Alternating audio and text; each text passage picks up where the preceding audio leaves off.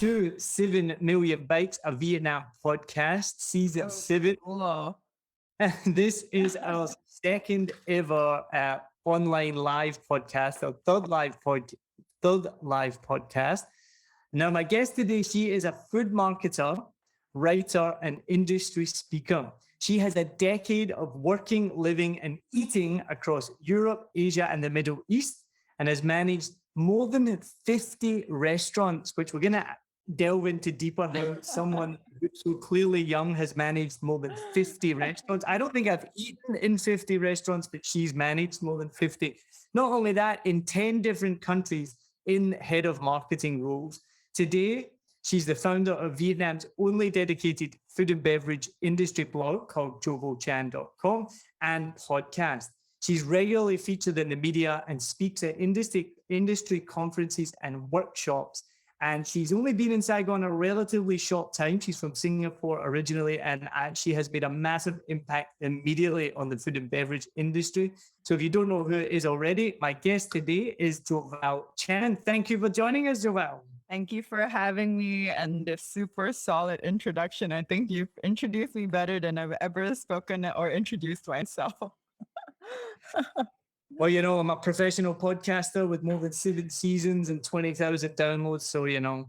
I'll be sure to know that if I ever talk to you one day and have to introduce you.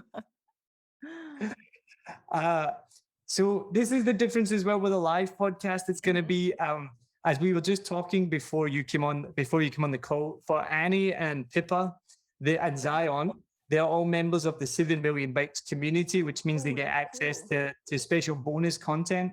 And so I was editing the next episode, which will come out next week, and I had all this bonus content. It made me laugh so much that I sent it to them immediately. So what will normally happen is I honestly will normally cut out about the first 20 minutes of every podcast because we talk so much nonsense, and then cut out a whole bunch of other stuff to try and make it an hour long, which is still really long. So I have to cut it down sometimes to 2 hours. The best thing about the live podcast is we can't cut out all this nonsense and stuff like that. So you guys get to listen to the unfiltered, unedited nonsense that we get to talk about. And we're having a beer. So who knows? But so Jovel, I've given you an introduction to first question. 50 restaurants.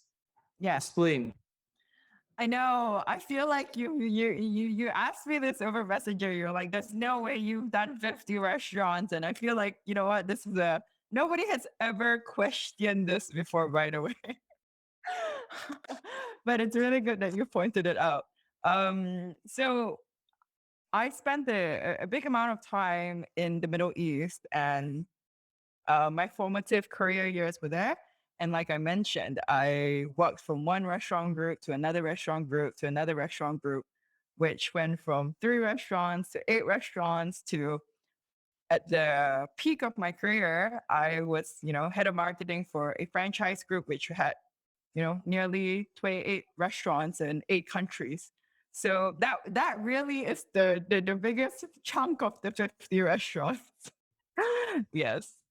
So after that, it was, another restaurant group with 10, and then another restaurant group with 6, and slowly, bit by bit, it's about 50. Yeah. Now, I also said to you in the message, how old are you that you've managed 50 restaurants? Because you look about 22, and it's like, how have you managed? So you're one of these people as well that I kind of hate, that are just these massively high achievers. Like, how have you, so give us more of your background. How have you obviously had a lot of success, worked with massive international brands, managed 50 restaurants in 10 different countries. How did you get to that point? And like you said, you're a lady, so you're not going to share your age. But how have I'm you? not 22. I'm not 22 for sure. I'm definitely not 22. But how have you achieved that much at such a relatively young age? I think that when like I said, I think when I was in the Middle East, it was just a land of opportunity. When I was in the Middle East, that was at the peak of when hotels were just being built every single month. there was a new restaurant every single week. So we're constantly looking for people. And I just was able to really move and jump and jump and jump. Whereas in a place like Singapore, people typically stay in certain positions for like 10, 15 years, right? So I think that I was just in a land of opportunities where, you know, coming from a hospitality background. And I think, I did a podcast with Connor over here. He knows that basically the first 5 years of when I was in the Middle East, I went to night school like every single day. Not every single day, but I went to night school for almost like 2 or 3 years. So I was like working and studying constantly, doing like a ton of different courses, trying to make sure that I was constantly able to move up and move up and move up. Yeah. So I told myself that I was only going to leave the Middle East by a certain age when I was the head of marketing and earning a certain amount. So yeah, I think when I was a lot younger, I had a lot more energy to constantly just keep going, going, going, going, going. Yeah. I mean, I had lots of energy when I was young, and I still never managed to achieve even 1% of that. So I am very impressed when people like yourself and can do things like that. It's interesting though, and I'm not like putting down your achievements as well. I think anytime that you ask that, or anytime I hear that question asked of anyone who's been successful in that industry, from music to art or whatever it is, or food and beverage, the word you said there was like the right kind of timing, like opportunity. But Yeah. that doesn't take away from your achievement, because one of the things that frustrates me is when someone says I'm lucky or whatnot. You weren't lucky. Yeah. You worked hard to be in the right position at the right time. Like if you hadn't like done the night school, if you hadn't done all the hard work that you'd done, when that opportunity came along, you wouldn't have been able to take it. So it's not, and I'm not so, but it's interesting though how you just need that right timing, right, at the same time with the effort.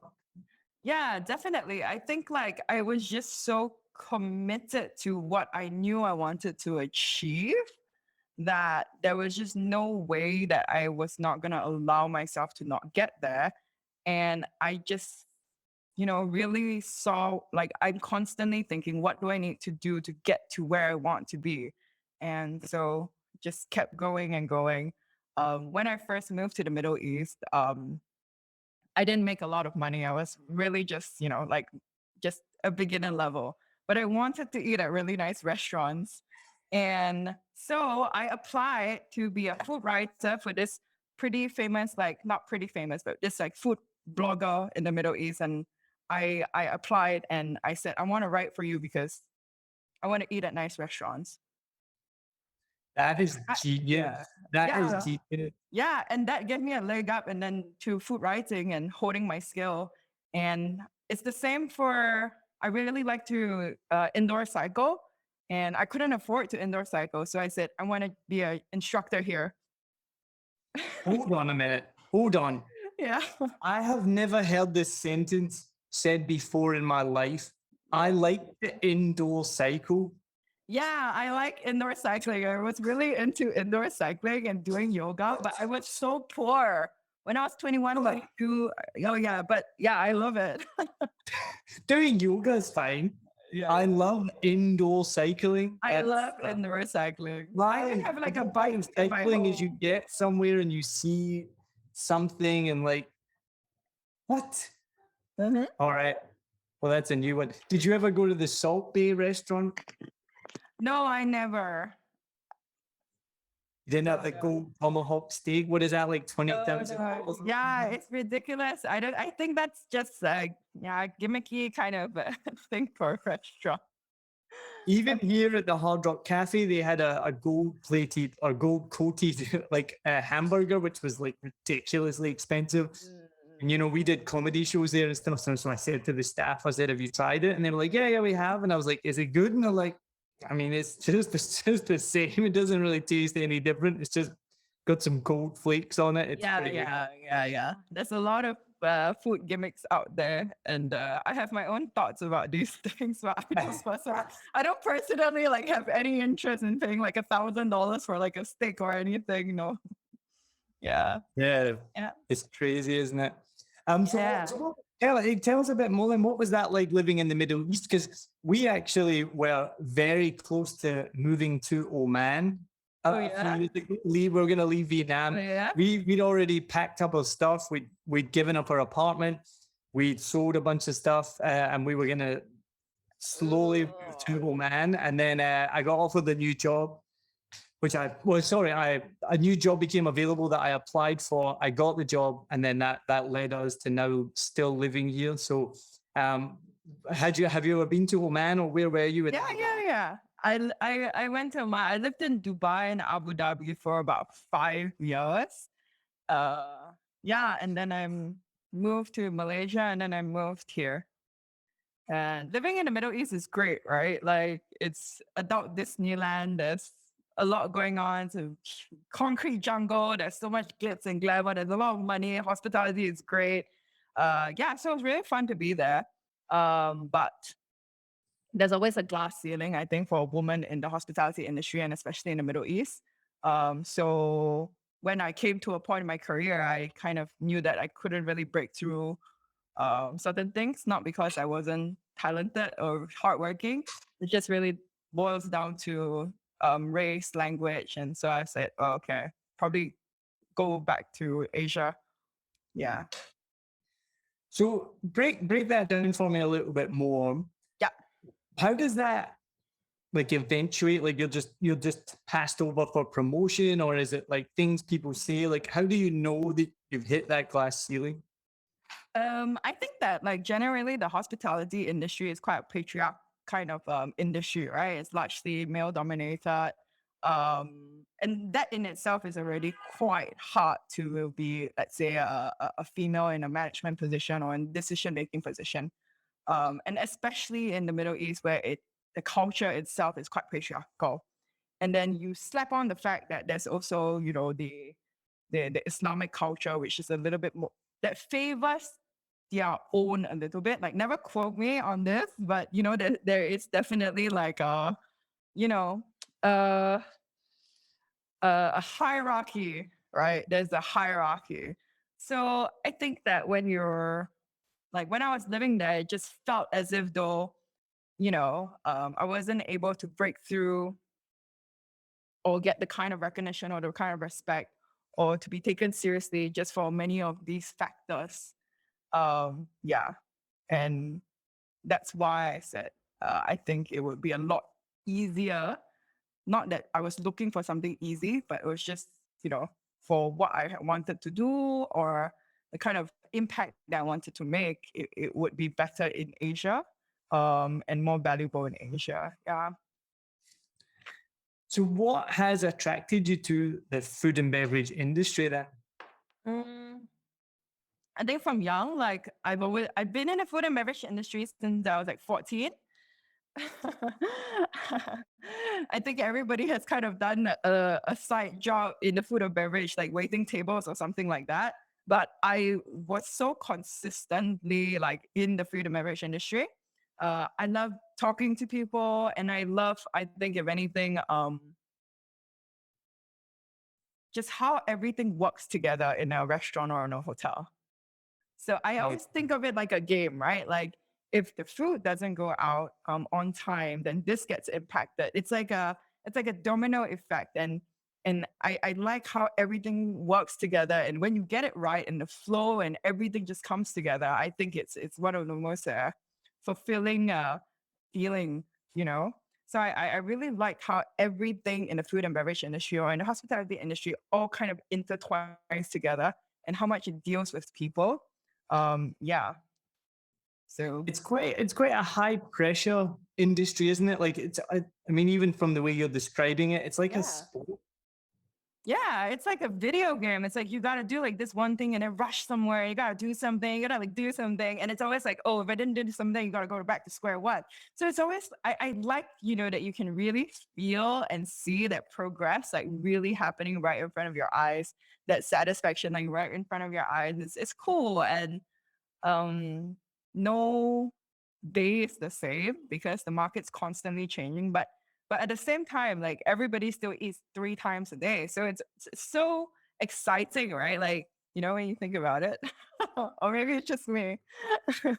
No, so I mean, I've worked in hospitality when I was younger Yeah, in exactly. several countries. I've worked in New York, I've worked in Australia, um, only in Scotland a little bit. But yeah, I've got to. You've made me think of a funny story. Now, this is going to kill you. Okay, you understand the pain of this, right? So I Yeah. worked in a very busy cafe, Yeah. and the orders come in thick and fast for the coffees, right? And then you know what it's like when people order coffee. I don't know if anyone who's listening has worked in a cafe or a restaurant. You know, it's like a Yeah. skinny milk, almond milk, half shot, double Yeah. shot, Yeah. full shot. You know, and then all these permutations just for coffee. All Yeah. it can be any of these permutations. It's probably almost infinite how many different ways people can order coffee, right? And so it's a Yeah. crazy Sunday morning in this cafe, right? We're packed out the door, there's a line and it's crazy. And you're trying to like see which coffee's which and which ticket so you can deliver it to the right table and whatnot. And then this woman, she goes, "Oh, I've already got my coffee. I just picked it up off the counter." Oh no. I was like that's not your coffee. There's like about 50 coffees up here right now, and they're all different and they're all very specific. That must be so frustrating. Yeah, it's crazy. I think it's so crazy, like how the coffee industry is very interesting to me because nobody used to drink coffee in the way we drink coffee now. Not at all. No. And if you even look at food, nobody eats the way how they used to eat. And I think that when you see the evolution of food and how people are ordering or eating, we see that it's so much like a learned behavior, and you can see what's happening in the market and what's happening to people. So, like when people look at food, I never really look at food as like just food. I always see like, okay, what's happening in the market is making them eat this way, or or try to understand why they're eating this way. Yeah, and I think that's the part that's like so interesting. So that's like a whole nother level. That's so interesting because so what I'm Yeah. talking about, what I'm just my example of a story there is what happens to one server on one day on one instance, right? Mm.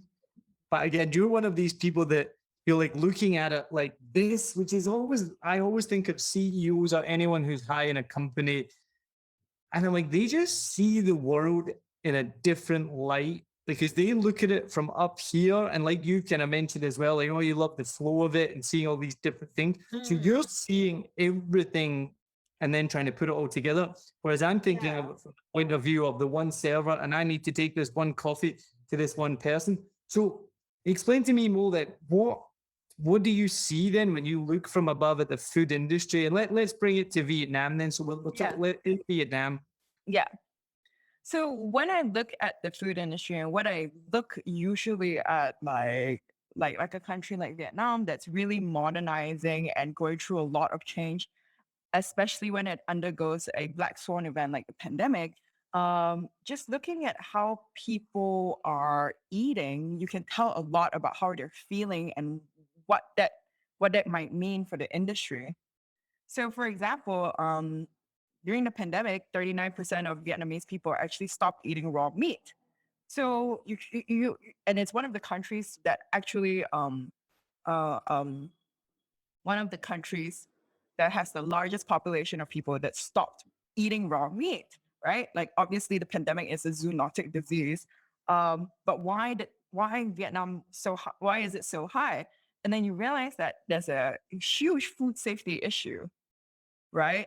And then you realize that deeper than the food safety issue is that there's a there's a huge distrust in their own goods by the Vietnamese people, which if you look at the research and studies, a lot of it is actually drawn to the fact that Vietnam is a country that has been undergone one war after another, right?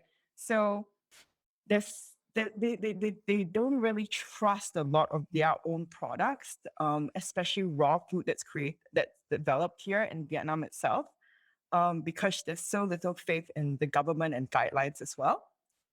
And the third thing is you will see that a lot of Vietnamese people last year, because of the swine flu and the lack of education within the food industry itself, they actually stopped eating pork as well. And coupled with the pandemic, they just completely avoided meat altogether. So I I think did that, not know that at all. I'd never heard that before. I did not know yeah. that. So last Wow. year, 80,000 pigs were caught in Vietnam because of swine flu. And you can see again when, the recent story about how the old couple had COVID and 12 of those dogs got killed. You can see there's a huge, like, this relationship with animals. It's not just, oh yeah, they hate animals. It's, you can really anchor it back into a lot of these things, and it's because it's tied to this they don't trust people easily. And why do they not trust people easily? It's because, it's a country that's just been screwed over by screwed over by screwed over, right? Yeah. Yeah. So when people, like, yeah, so I really think that by how people eat, you can really see how things are changing or how culture is, right? Yeah.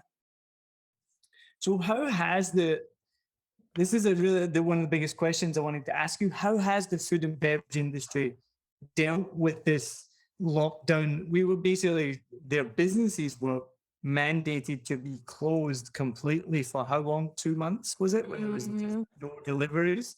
Yeah, I Or would say it's about month? 2 months. Yeah. Yeah. So it would be similar. Maybe there's a few industries that would be similar, like cinemas or gyms and Yeah. art and things like this. Yeah. So it's one of the few industries that basically had to just shut their doors. Yeah. Yeah.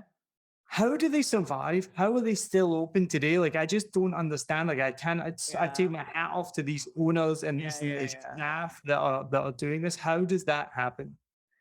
Honestly, I think that the ones that have, you need to have enough capital flow to survive.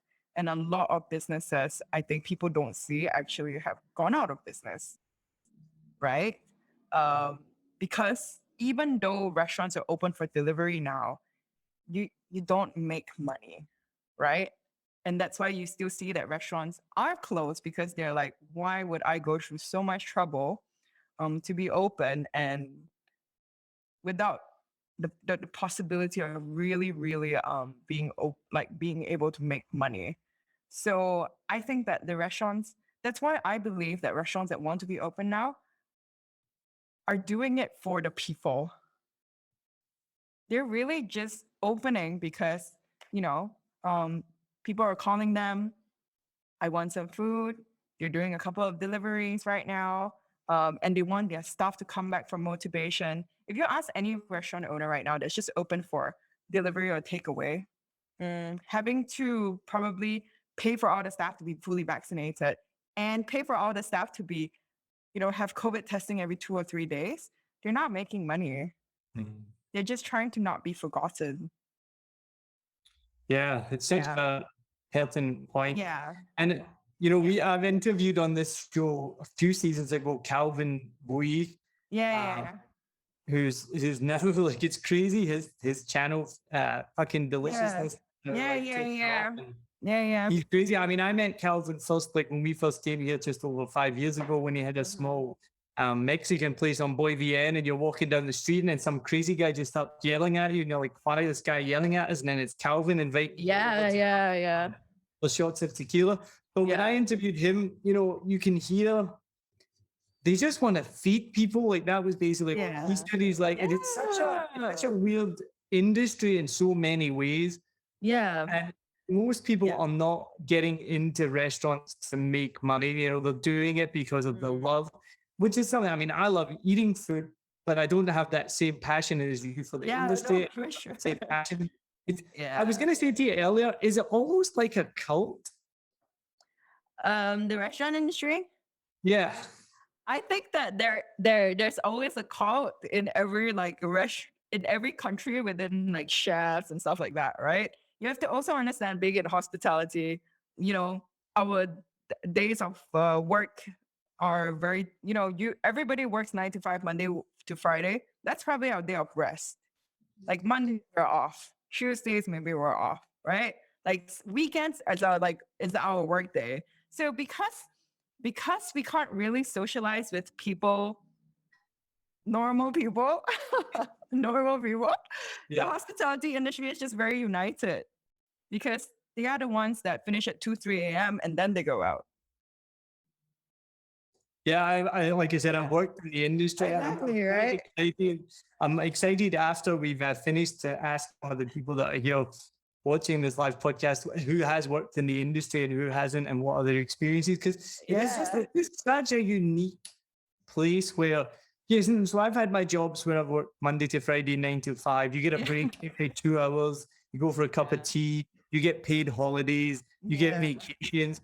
But then you have these people that worked in the bar industry or the restaurant industry where you Exactly. don't get a break all day, you don't get paid vacations, you don't get anything, but they love the job, you know? Yeah, yeah. Honestly, like I I think that if you are, if you want to have like a career, like a long-term career in the industry, you gotta love what you do because there's no other reason that you would want to work weekends, you want to work nights, you want to work on birthdays, you want to work on New Year's Eve or Christmas.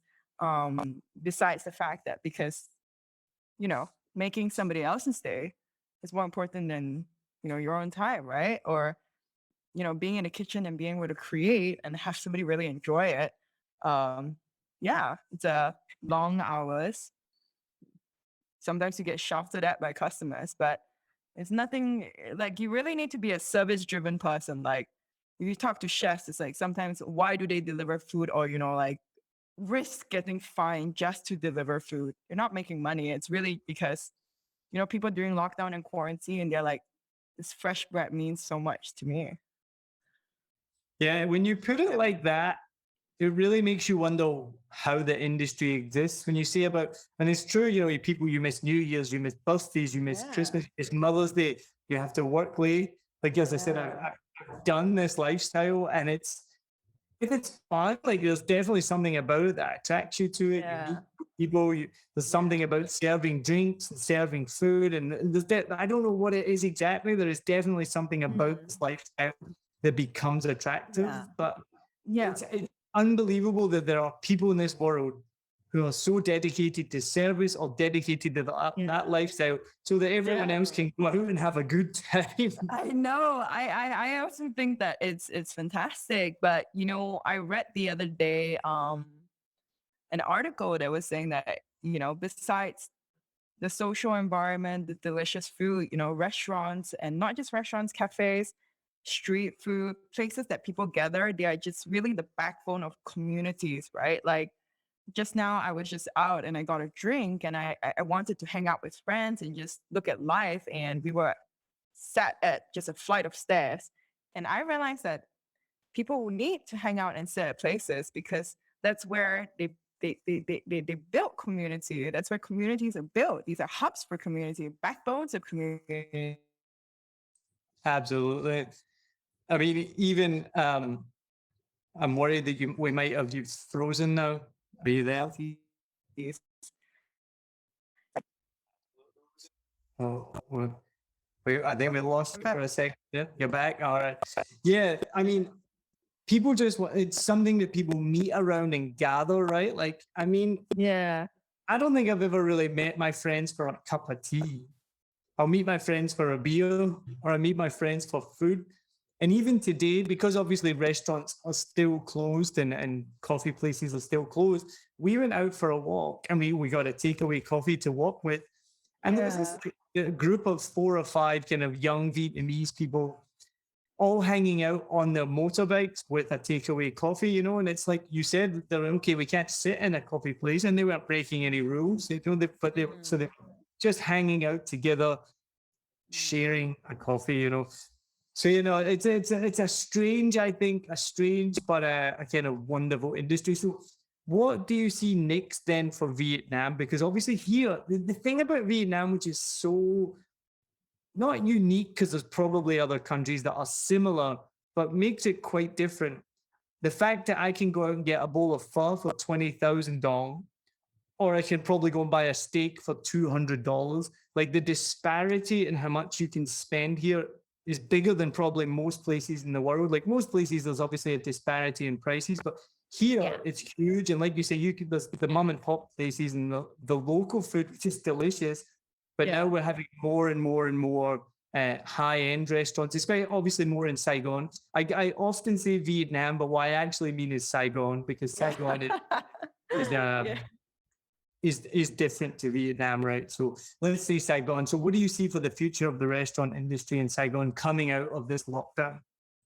So coming out of this lockdown, you know, I think the question you're asking is very much twofold. Like, firstly, structurally, like it will look different. Like, you know, chairs and tables are gonna look very far apart. People are gonna be masked. So structurally, I think like it will look very different. But Vietnam is like many of the Southeast Asian countries that were really trying to modernize and industrialize, right? Um, it's going to really see a big shift in the way people dine as well with a growing middle class. And that's why you can now see a lot more like premium or like upscale or like elevated restaurants that are opening. And I think that this is very, very, very important for two reasons, right? So you will see, and I wrote a very lengthy article about this. Um, so Vietnamese cuisine has, like Southeast Asian cuisine in general, has always been regarded as street food and quite low class, right? Whenever you think of high class cooking, you look to the West. And if anybody asks you to pay for a pho anything more than, let's say, 7,000, 8,000, you're like, that's crazy, right? There's no Unless it's way. gold There's plated, unless it's absolutely gold no plated. way. But if you look to Japan and Korea, people are willing to pay hundreds of dollars just for a bowl of udon because there's so much respect to the art of Japanese cuisine and the technique. But Vietnamese cuisine is equally the same. If you look at like a bowl of barbecue, they actually boil that broth for like days. The technique of making all this food is you know it's so difficult, and I think it definitely just hasn't got the kind of light that it needs. But anyway, this new wave of chefs and restaurants, what they're really trying to do is to shine light on the food industry in Vietnam to show people around the world and say, you know what, we don't just do street food. We do have real talent here, right? And a lot of them, you look at the younger chefs, they're really trying to say, you know what, Vietnamese cuisine is really cool.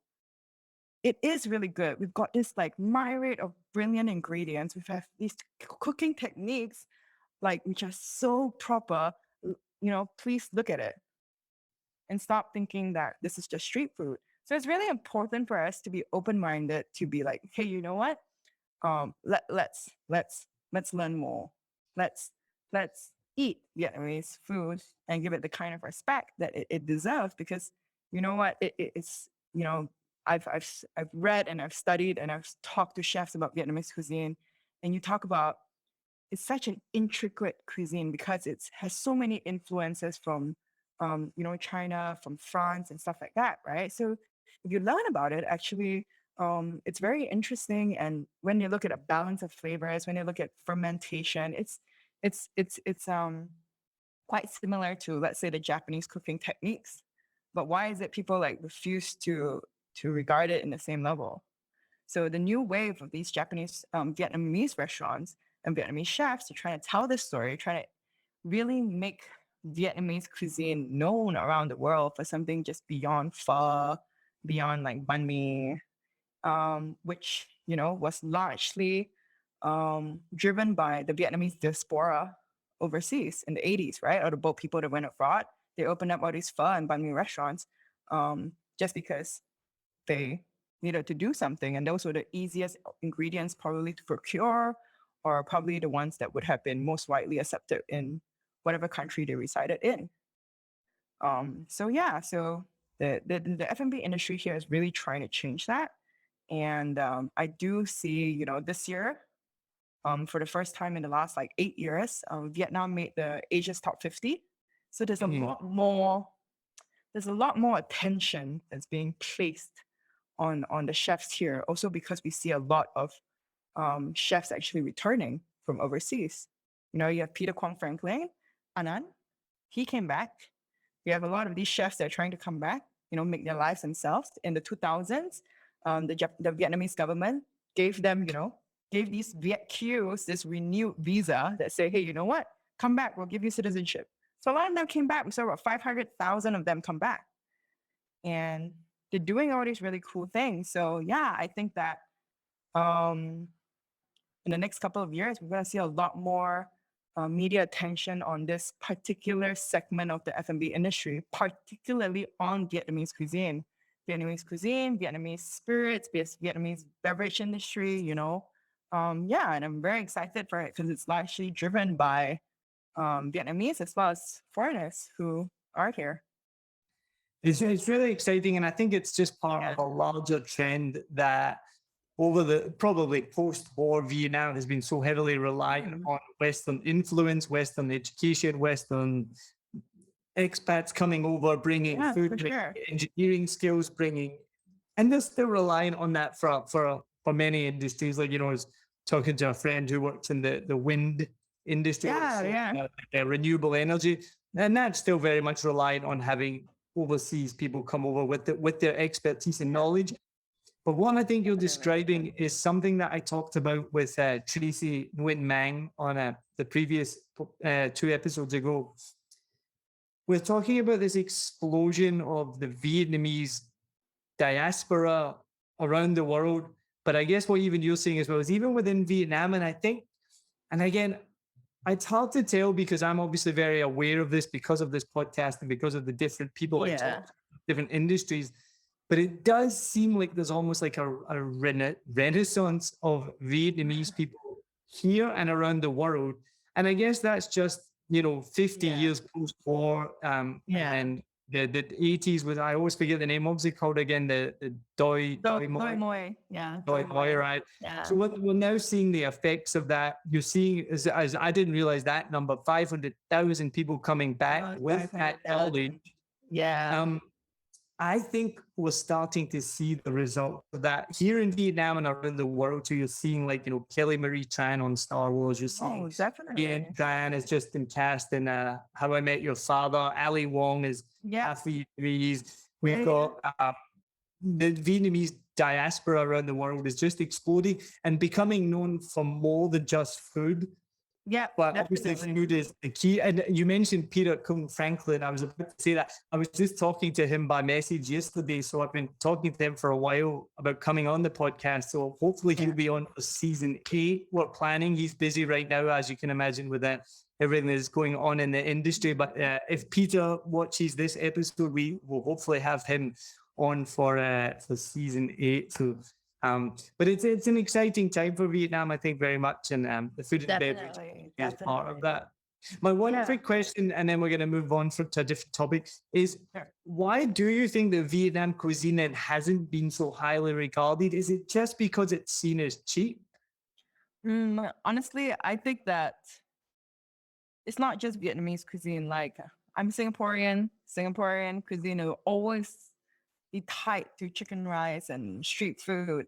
And that's fair because this is the bedrock of, our culture, right? And but what it really does is it makes what the new Vietnamese chefs, what they're trying to do, it waters down what they're trying to do because people will always compare it back to street food. Like they'll be, this is not really real Vietnamese cuisine. So it's very hard for them to be able to innovate within Vietnamese cuisine or to serve Vietnamese cuisine because it will always be compared to street food. And it's and the thing that you don't want is Vietnamese chefs opening restaurants serving French cuisine. Because you know what I'm trying to say? Like longevity and these kind of things. I think I'm guilty of what you're talking about. As we're talking about this food, I'm like, but it's not going to be as good as the bar color that I can get for $30 on the street corner. Like, I'm not really like into going out and having like a high-end meal. Like I'm just not Exactly. at that place. So I guess you're describing me, like, because I'm like, A no, I lot don't of like, people. not, It's a I lot of want not really people. street food. Yeah. That's It's a lot of interesting. people. Yeah. Yeah, So it's a big barrier to get by, especially if you're used to these exactly. flavors and you're used Exactly. So a lot of, it makes it very difficult for a lot of these chefs that come out of their countries, let's say Vietnamese chefs or Singaporean chefs, even Indonesian chefs. They want to come out. Obviously, they want to do a cuisine that's close to their heart. And then it makes it very difficult because the market doesn't understand what they're trying to do. Or, they will always be compared to Vietnamese street food. And the reason that I believe that Vietnamese street food is always pegged to be a very low or, like cheap food, it's really like what I mentioned, right? Like it's because nobody is aware that Vietnamese cuisine can be a certain way. Nobody is aware of Vietnamese, like finer dining food. Like if you look at China and Japan and Korea, they have had imperial cuisine because they have had this period of imperialism, right? But in Vietnam, never. They've always just been colonized after they've always just been colonized. So they've never had their own Vietnamese, fine cuisine. So nobody knows what that is. And that's why this new generation of chefs, you're really trying to come up with what that means. Like if you go to China, you can eat Chinese street food, but we also know what good Chinese food is. Like there's shark's fin, there's abalone, there's, really good stuff. And people are like, yeah, okay, I can pay for this. I know that there's good Chinese restaurants that's picking that, right? So we understand this. But in Vietnam, just don't have that. So yeah, it just firstly never existed. So everything that the world, even the Vietnamese, know of Vietnamese cuisine is street food. And then secondly, it's because the diaspora went around and brought this everywhere. Yeah. That's why everyone just comes here and they all want to have a banh mi because it's all they've ever tried. So that's why my job here is to really focus and write about these things. Yeah, Well, this brings me on to my next question. And so, yeah. being in the Middle East, being from Singapore, why are you in Vietnam? How did you end up here? So I came here to open up a fitness studio, my indoor cycling studio.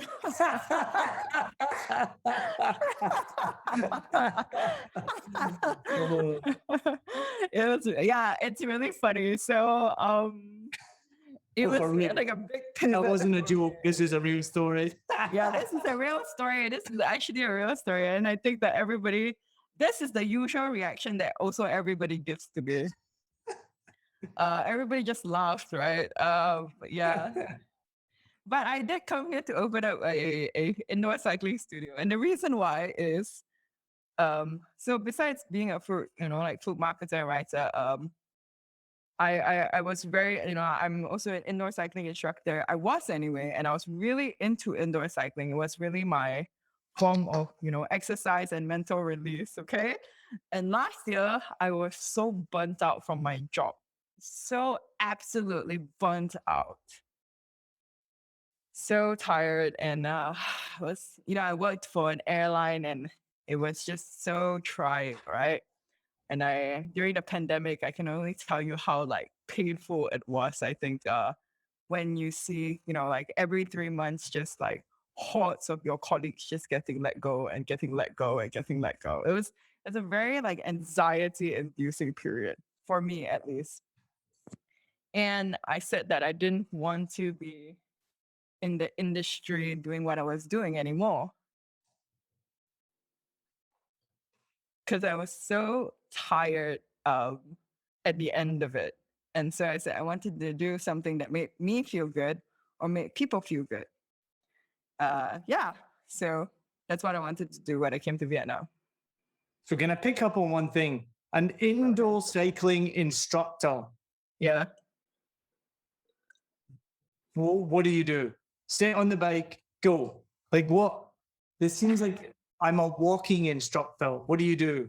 Just put one foot in front of the other. How do you instruct someone to cycle?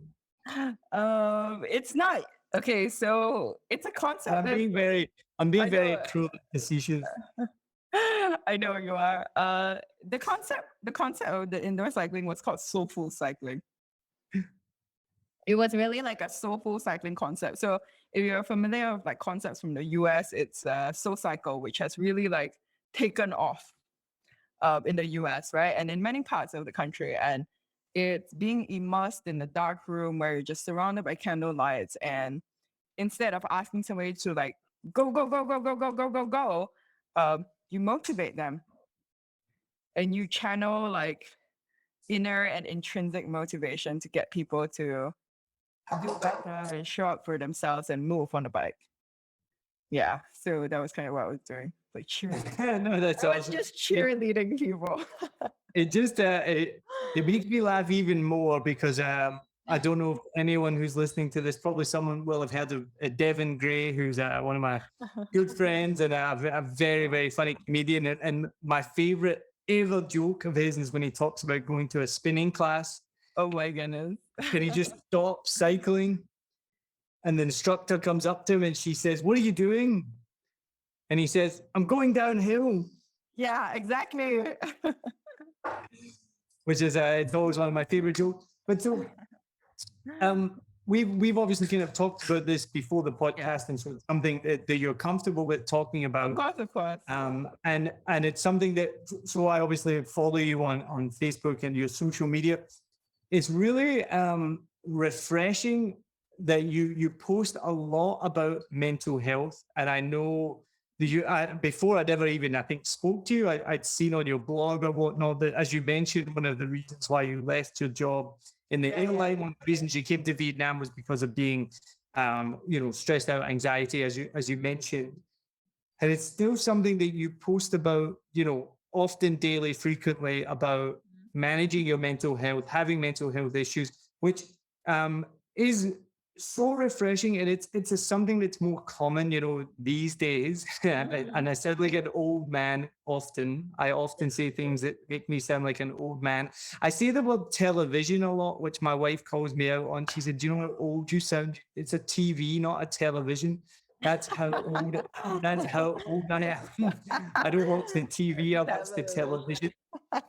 But it's obviously something that's becoming more prominent these days, which I think is amazing because it's something that was like just nobody ever spoke about mental health, Yeah. and it's refreshing when I look on your story and you're very candidly honest about it, more so than maybe other people, and not in a bad way, in a really great way. So tell us more about why have you made that decision to be so refreshingly candid about mental health and how you deal with that?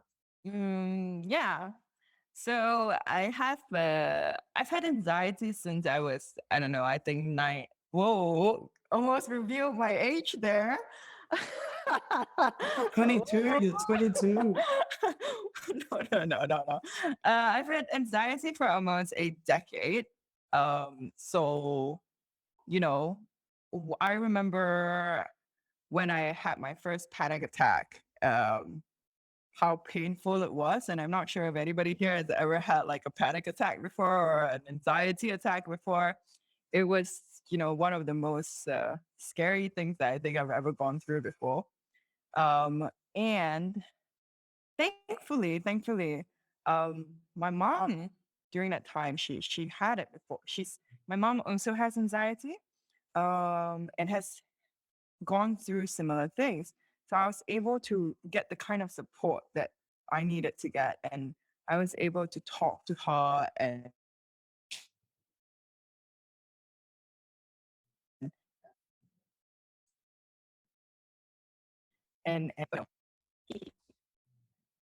lost it again. Hello. Yeah, Joval, we lost you again there for a second. If you just if you can restart what you were saying about your mum had anxiety, if you can and restart from that point.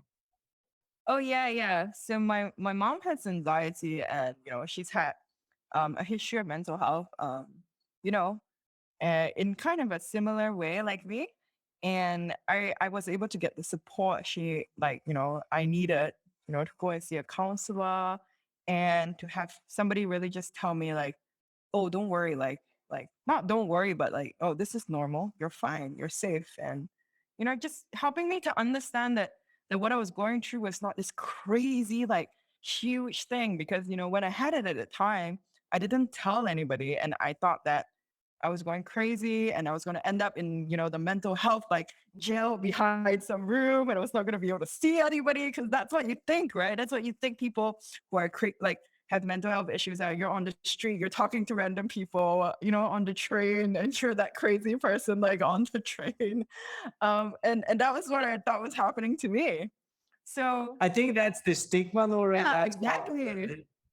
So, like I remember suffering with that and thinking that like the fear of that happening, and not knowing what was going on was so much bigger than what I was going through. So that's why to me, it's so important to change this idea of, what somebody with anxiety or mental health issue might look like. Like I still get on with my day, like I still am able to achieve great things. I'm still able to do great things. I'm still able to be in a loving relationship. So I think that I want to talk about these things because I just want to normalize it. Because I think when you normalize it, it makes people want to talk about it more. You'll feel more comfortable to talk about it more. And I think when you can talk about it, you realize, hey, you know what? Actually, it's not it's not that it's not a big deal, but it's like, oh, I can still live a really normal life. Yeah, okay, that's okay. You know what I'm trying to say? And I think like I think Absolutely. And I think with anything, even like not just mental health, like yeah, physical health, you have like a pain in your arm and you're like, oh my God, my arm's falling off. What's gonna happen to me?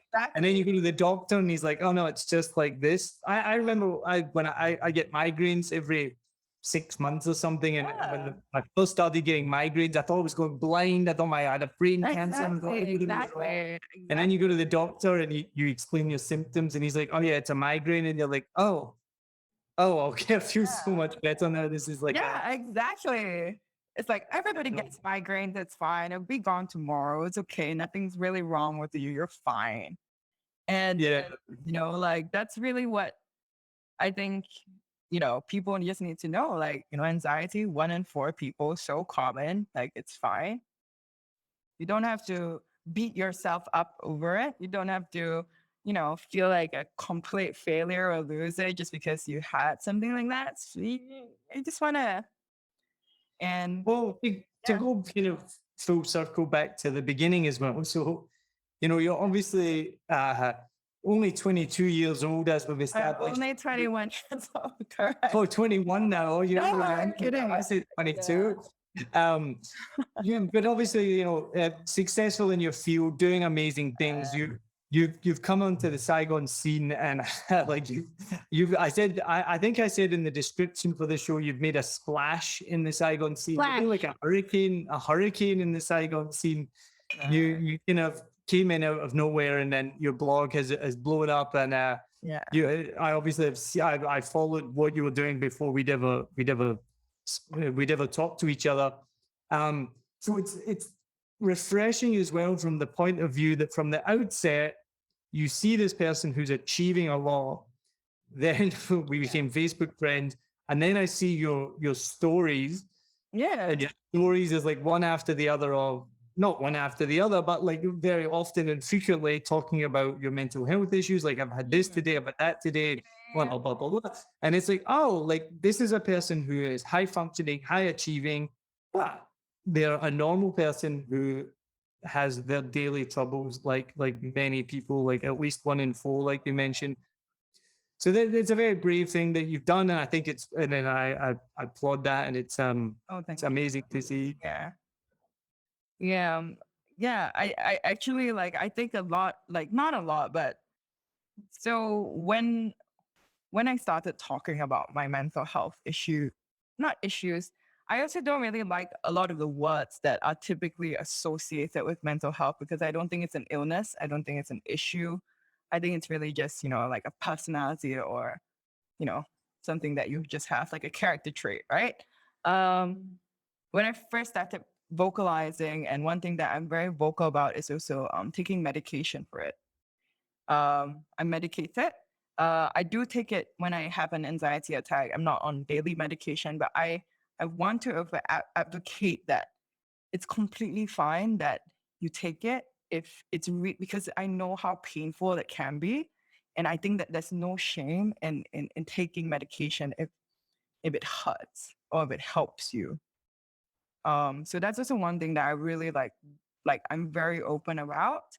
Um, because I just know, like, I don't understand why people are so averse to medication. It's almost like if you take it, that means you're definitely sick. And there's so many ways that there's so many things that we really need to almost like disprove, right? Like, why does it mean that if you're taking medication, you're sick? It's almost like taking a Panadol if you've got pain. So why can't we, like, why does it mean that if you take a little Xanax for anxiety attack, because it's really that painful, that people have to judge you for it? Mm. Yeah, and Oh, have you seen the Louis Theroux documentary? It's probably quite old now, maybe 10, maybe even 15 years old. I Do you know wasn't who born then. I know, exactly. You were a child. I wasn't born You then. know, you know who Louis Theroux is? He's a British do. documentary Yeah, maker. Yeah. And he does one about medication in the United States. And they obviously probably over medicate in the United States. But I remember there was one, I think he was a teenager or preteen who had massive, more than just mental health issues, or I know that's maybe not the best way to say it, as we just discussed, issues, but massive behavioral problems and whatnot. And there's an argument that, you know, you shouldn't be medicating kids. And I know it's not the same thing, but you could see in this documentary that the medication worked. Like, he was able to be a more functioning human being when he took the medication, because the documentary showed you what he was like off of it. It showed you what he was like on it, and it's really difficult because you're like, oh well, we shouldn't be medicating kids. And again, I know we're not talking about medicating kids; it's a bit of a sidetrack. But still, for people who are like, oh well, you shouldn't take medication, but it's like, but it helps, you know, like a Panadol.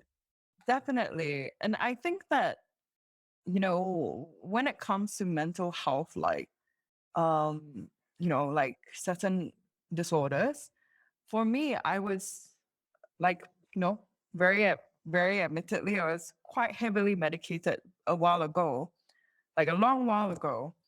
And what it does to you is bring you down to a level where you're able to be logical and not just lost in your own thoughts.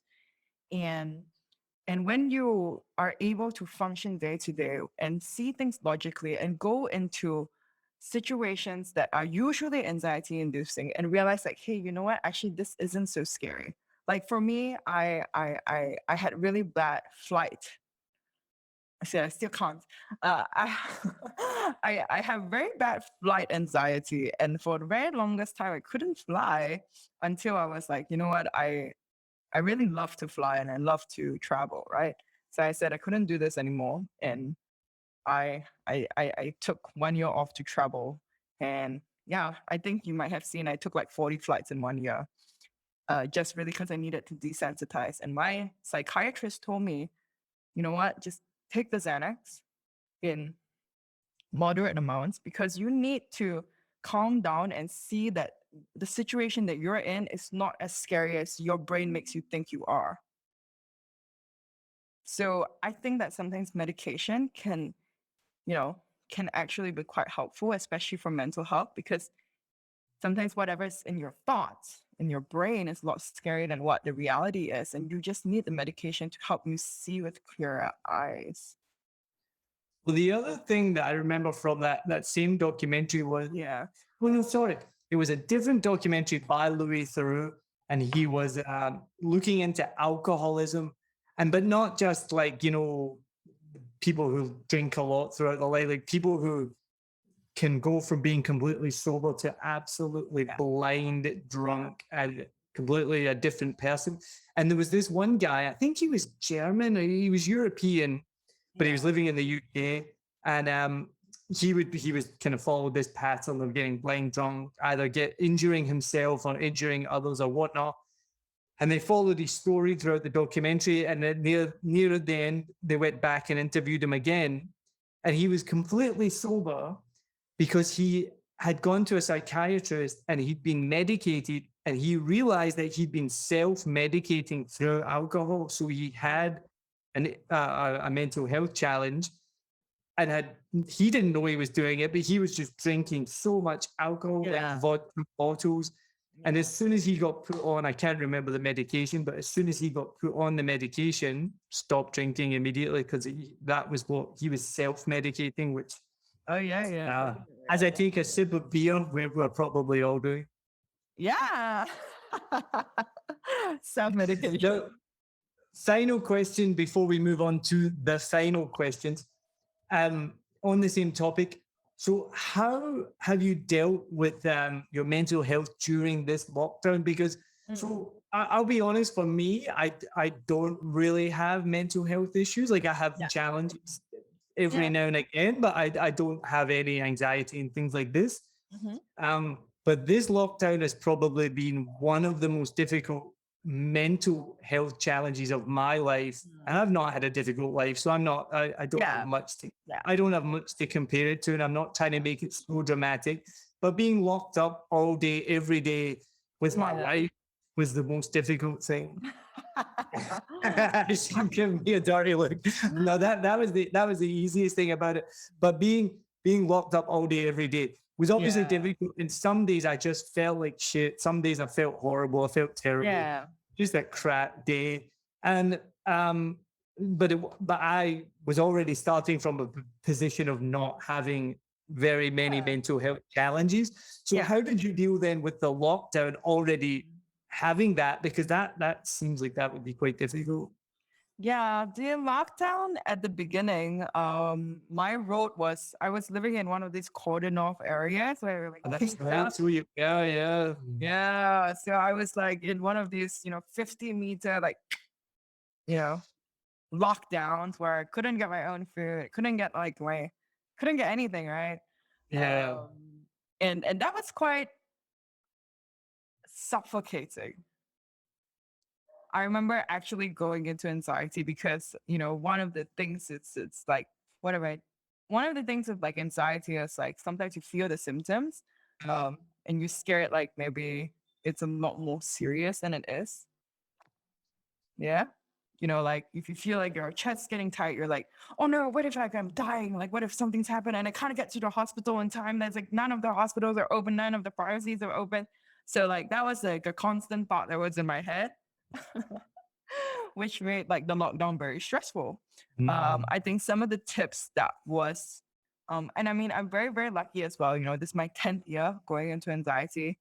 I've gotten to know myself a lot better, what my triggers are, and also like what my self-soothing is.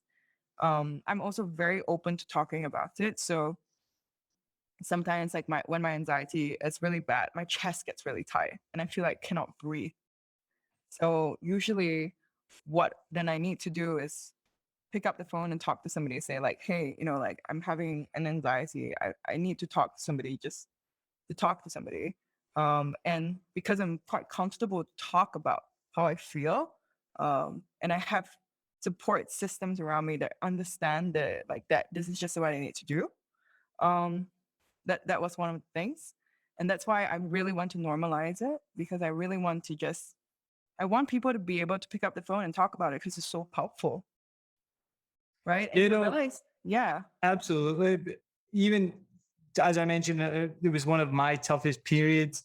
In these last few months, and I come from a kind of like sales and marketing background from a few years ago, where everything had to be positive. Like your arm was falling off, and you're like, "How are you doing today?" And you're like, "Yeah, I'm great. I'm got like one arm. I don't need two. Everything's amazing, So they have to be almost overly positive, which is good in a way. And I think that has helped my mental strength massively, like absolutely massively. But for the first time during this lockdown, I allowed myself to be vulnerable. So if someone would ask me like, "How are you doing?" I'd be like, "Yeah, no, I'm not doing good today." or I'd Yeah. message like my family if I'm quite close with it. I'd be like, I'm having a shit day today, which I'd Yeah. never done before. I'd never ever done that before. Yeah. And I would message people as well. I'd be like, how are you doing? Are you Yeah. okay? Yeah. Yeah. Of course. And try and have those conversations. So Yeah. even if I was doing okay, I would try and reach out to other people and be like, how are you? Because it was fucking tough. And it was one of the things that I always tried to keep perspective was it wasn't that tough. I'm in this like nice apartment with my wife and I'm hanging out and I've got food and I've got water and I've got electricity and there's people down the road that don't have anything. So always trying to maintain that perspective. But at the same time, you're like, man, this is tough. Mm. I I think didn't that have a point. I didn't really have a point or a question. no. But like, I completely understand. And I think that one of the things that, during the pandemic, a lot of people are like, it's tough. It's tough for everybody, whether you are a rich billionaire to somebody on the road. But a lot of people they don't allow themselves, they don't think their feelings are valid because you're not on the street starving. And I'm thinking like, that's not fair. Hmm. Like, of course you Yeah. can do that. Like, it's hard. It's very, very hard. No, And so I talk quite often with he's the executive director of a big charity here in Saigon. And he said exactly what you said. His staff were having a really difficult time, but they kept saying like because they were helping these people that were the most vulnerable, that were like didn't have rice, didn't have food, didn't have anything, and they wouldn't allow themselves to feel what they were feeling yeah, because they were like, well, but we don't have it as bad as them. And so him as the executive director of the organization, he was having to say to them what we just said, like, you need to allow yourself to feel what you're feeling because it's still tough for you. So even though these people are having a horrible, difficult time, that doesn't negate the fact that you are also having a horrible, difficult time as well. definitely. Definitely. I think that a lot of people have negated their feelings. Hmm. If, and but at the same time felt that have like they bear the burden of a lot of things around them right now because they don't feel that they should be allowed to feel sad or upset. But at the same time, they're taking on the burden of so many people out there. Like, you're doing charity, your employees are maybe struggling. There's a lot of things going on. But one of the things, if you ask, like, go back to your question, how I took care of myself is, every single day, like, I meditate and I really check in with myself, like, how am I feeling today? Am I okay? Am I okay? And am I mentally healthy to be able to go out and ask somebody if they're okay and help somebody? Because if you're not, then you can't really take care of other people as well. Yeah, at one point I considered doing like a kind of Facebook post, and obviously with 7 million bikes, it's got a certain reach more than my own personal page. And I thought about putting out a post and kind of being like, if you need help, get in touch with me, and I'm here to talk. And and my wife, who is infinitely smarter than me, she said to me, she's like, if you do that, are you ready to take that on? And I was like, yeah, probably not. Yeah, so I didn't do it. I was like, yeah, I'm probably not ready to to put myself out there like that. Yeah. And, So, and that's fair. When I was sharing about my mental health, like, you can't imagine how many people actually messaged me telling me that they felt the same, or that's they pretty had cool. depression, or they had anxiety, and they had gone through so much. And, I, just, and somebody that I didn't know at all messaged me and said, Jovel, I had a close friend of mine rushed to the hospital because of panic attacks. Like, can you tell me how to make it better and stuff like that? And I'm so blessed that I went through my first panic attack 10 years ago, that I've come to a point where I'm very okay with my anxiety. But if I had to go through a panic attack now alone in an expat, it must be so difficult. Like, I I don't understand why we're not talking about it more. last year in Malaysia, I volunteered with a mental health NGO, and it was crazy. Like it was really crazy. It Well, I was think this is the benefit of your stories that you post. That if people see it, like we kind of talked about, then they're like, "Oh, it's not just me. This other person feels the yeah, same, so right. it's normalized." And to go back, what we kind of said before as well, that stigma I think was those are like you said, oh, I don't want to be the crazy person talking to myself on the street through Yeah, media, yeah. through seeing people like that. But that's probably what people think. Like, I don't want to be that crazy person. Like, you know, like Yeah, if I have mental health problems, then that means I'm going to be on the street talking to myself, feeding the pigeons. You know, like yeah, of course.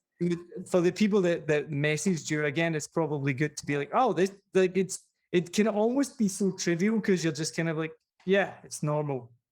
But Yeah. that reaction can almost be the best because then they're just like, oh, all right, okay, yeah, okay, I can chill out. I don't need to stress so much.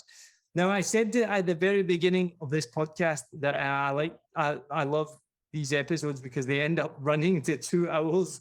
Yeah. And I either have to make them into two parts or I have to edit the shit out of them. And I had a question before from Zion, who I don't even know if he's still here because we've talked for so long. But he said, why don't you release the two parts back to back? Because if I do an episode in two parts, I'll still release them a week apart. And that's just to give people the chance to listen to the first part and then, because it takes a few days for people to listen to it and then listen to the second part. But this is going on. It's been so good and so enjoyable. And I won't, I Oh, won't me too. it won't, only when we get to this point will I be like, okay, we need to stop talking. Mm. For people like Zion and others who are regular listeners to the podcast, you'll have heard me say this before. The sign of a good episode and a good interview, and they're all good. They're all good. But the sign of a really good one is when myself and the guest could just keep talking. So if I don't stop us talking now, we could probably talk for 3 or 4 hours. And I'm not Joe Rogan. I'm not going to start doing 3-hour podcasts. So what we'll do, we'll move on to the final questions. But Final question. sometimes I move on to the final questions, and then that takes half an hour in itself. So we're going to do these quite quick fire. Okay, so Okay. you don't need to give too many explanations. Sometimes I ask these questions, and it really just needs like a 1-sentence answer, and then the person will go on this big tangent about like their grandmother's cooking and whatnot. So I won't do that. I won't do that. I don't care about your grandmother's cooking. Okay, no. So this question was devised when we were in a strict lockdown, but we're now we can't leave Saigon. Sorry, but if you could go anywhere on a bike in Saigon right now, where would you go? I want to be in nature, so Sapa or Ninh. Next. In Saigon, everyone in gets the Saigon. question wrong. Sir. Everyone, this is meant to be, if you could just get out of your house, jump on a bike and go somewhere local. I've had people say like the same as you, like, oh, I'd go to Nha Trang, I'd go here, I'd go there. Like, no, Sorry. jump on a bike. Where would you go? I specifically said to you though, where would you go in Saigon? And you still said Sapa. So Sorry. where would you go right now? Where would I go right now in Saigon? I would love to go to like a rooftop bar somewhere. You're still not getting this. The rooftop bars aren't open. Where would you go? Right now. Right If you can leave your house right this second, jump on a bike either on That's a very constricted question. I feel like very constricted by this question. Yeah, that's the question has been designed like that, and you're just smashing the design. Go. Where would you go? A bad question. I Don't blame the question. I would love to go to maybe Mia Saigon. It's Where? Mia Saigon. Oh, Mia Saigon. They said Mia Saigon. All right, Mia Saigon. All right. I think we might have covered this question, so you probably don't need to give much of an answer. But what has been the most challenging thing about lockdown? I love lockdown. I told you this, and being away from my family. Okay, that's a good one. Yeah, we've been away from ours for a long time. What's been the best thing about lockdown? Oh, my neighbors and I got really close. We have like Yeah, your neighbor was Tommy Pruczynski, right? yeah, we got really close, and the rest of the building and I, we got really close because we wanted to get vegetable delivery. And back at the time when we were under the military martial law lockdown, they used to do only like 8 kg minimum vegetable deliveries. So went around knocking on everybody's doors and then got to know all the neighbors. It was great. And then That's now cool. yeah, it was really cool. Favorite part. We actually nearly moved into your building a few years ago. We looked at an apartment there. We were very close. I know where you live because I know Tommy as well, obviously. All right. What in Vietnam has shocked you the most? What in Vietnam? Oof. How much paper they use. It's mental in it. It's Yeah. just insane. Where does it all go? That's my question. Is it like a warehouse somewhere with just stacks of paper? Like I don't know. It's and how they have to like, when you chop on papers, it's like you've got to spread all of it out like a fan and then chop on all the pages. It's crazy. And then conversely, what pleasantly surprises you about Vietnam? Vietnamese people are like very community driven, very kind, very giving, and they really take care. Like during the lockdown, I participated in a couple of like charity distributions around the neighborhood, and you know, we had a lot of the local district volunteers actually bring us to the foreigners and the expats and a lot of the others. So it was quite sweet to see that they were really taking care of like the local Vietnamese, but also the foreigners. It was very nice. Yeah. Yeah. The longer I'm here, the more I'm reminded that Vietnamese people are They're amazing. the best. So, Jovel, thank you so much. It's Thank been you. amazing to have this conversation. We've talked online for quite a while now, Yes, and we then I listened to your podcast. Don't listen to my podcast. I listened to your podcast for the first time last week, and it was very strange because it was actually the first time I'd heard your voice. It was kind of weird. It was like, oh, that's what she sounds like, because we'd only ever communicated by messenger, and we've never met in person yet, but hopefully we will soon. So before we move on to the question and answer session, and I just looked and we still have people here, which is amazing. I can't believe that so many people have stayed this long listening to me. People are very polite. They've all got the cameras off. They're all like away from the house. None of them are actually. They're not behind the screens. They're not. Yeah, no, not at all. I hope they are though. But before we do, tell the people watching live, tell the people that will be listening to this, the people that will watch on YouTube, where can they find your blog? Where can they follow you? Where can they know more about you? And what is next for Jovel Chan in Saigon? Yes. So you can follow, if you're interested to read more about food and beverage and the Vietnam's growing talent within the industry and the potential, you can follow me. I'm jovelchan.com. So JOVLCHAN.com. And you can follow me on Instagram. Just type Jovel. Thank God I have like a super unique name. I'm usually the first one that shows up. I talk a lot about, the F&B industry. And of course, like Niall said, I talk a lot about mental health. And Niall? Neil? Neil. I'm sorry. I'm so sorry.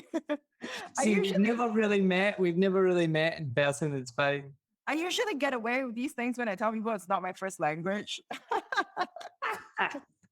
I'm like, it's not my first language. I don't speak English. Okay, Neil, sorry. Wait, what is your first language? It's English. It's English. I was gonna say from Singapore. It's English. English. Singaporean English. It's very different. It's English. Yeah. And what's next for Vietnam's F&B industry? Is that? Yeah, go. A lot of Vietnam, like elevated and reimagined Vietnamese cuisine, and also a lot of really cool things coming up from the spirits and alcohol industry. Ooh, awesome. Yeah. I'm excited about that. I do have a confession to make. I thought your name was Jovel for the longest time. Because it's like novel, right? Because it's like novel. Yeah. And then I respond to it. Then it was Tommy that told me, and he was like, I was like, Jovel, and he's like, and then I thought he said Jovel, so I was calling you Jovel for the longest time. But then in my head, I was calling you Jovel, and then you told me it was Joval. So I made the effort to pronounce your name correctly for tonight, but it's good to see that you didn't do the same thing. But No, but I didn't know. We don't have a lot of Singaporeans called Neil. now I've gone back to the gallery mode. It's fucking awesome to see that. Well, Adri's still here because she has to be, because she's like right there. My boyfriend's over Zion, here. Annie, Connor, and Pippa. It's awesome to see you guys are all nice still here. Connor Thank you again. so much. I hope you guys enjoyed that. Yes. We're now open to a Q&A for Jovel. So guys, please ask some questions. Oh.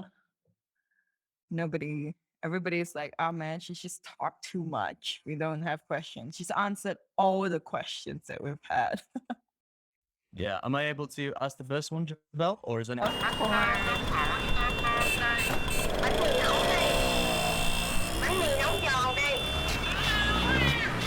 Một gà